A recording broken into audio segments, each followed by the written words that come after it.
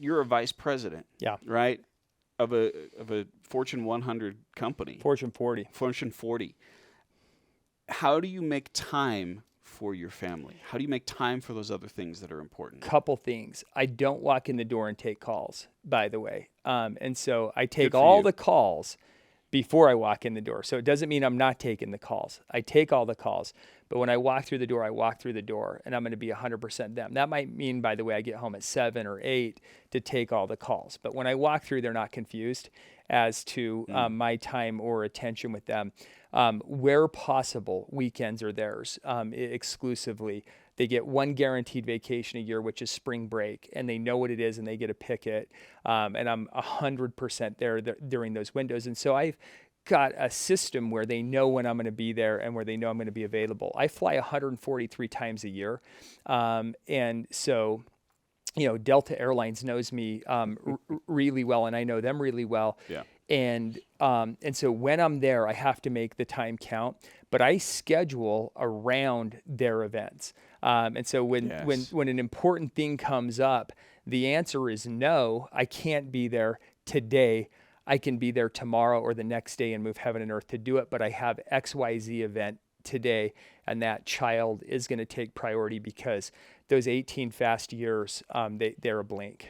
Yeah, so true. And thank you for your example with that. It's so critical. And I think a lot of people say, well, to reach that level of success in corporation, you got to give up family. You got to give up those things. But you're saying, I'm making them the top priority, and I'm scheduling Dave, the rest not if you work 8 to 5.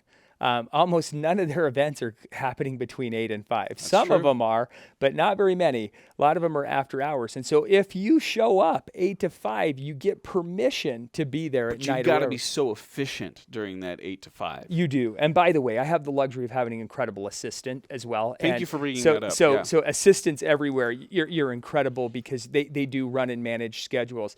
And also getting somebody who's aware of your life and making it all work is I know you do, Dave. I know that's how I even got in with you, right? Yeah, Victoria is absolutely amazing. I wouldn't be able to do the things we were talking about, my schedule, my time off. I wouldn't be able to do that without her. And runs my world. So and just kind of a little callback. I actually learned the value of an assistant, at least in part, from watching you. When we were at, I guess it was Voice Stream at the time. Yeah, Voice Stream. I remember seeing you get your assistant for the first time, and everything got better for you. Would you not? Oh, it's organization. Because you were a little, if I remember right, you were a little disorganized. Fantastic with the sales skills, fantastic with the people building skills, but sometimes you were falling behind on paperwork and stuff like that. Well, you can only keep up with a certain amount of volume. Well, and also because you're just making so many deals happen, how can you keep up? And then you got an assistant, and man, you started taking off with it. So. Assistants can change the world. I have to turn down 3 meetings for every 1 meeting I take.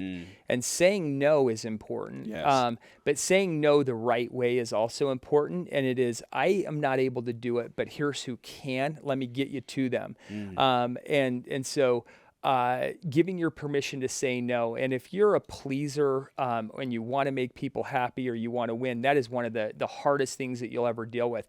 It still hurts my soul to say no to engagements that you want to be at, but you only have a certain amount of time, and you're going to have to pick where you're going to have to be.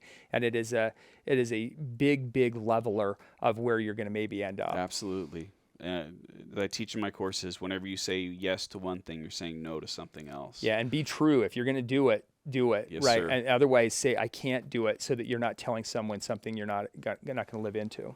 If you liked this video and want to listen to the full episode, go to your favorite podcast app and subscribe to the Dave Crenshaw Success Project. You can also find all the full episodes at Success.Show.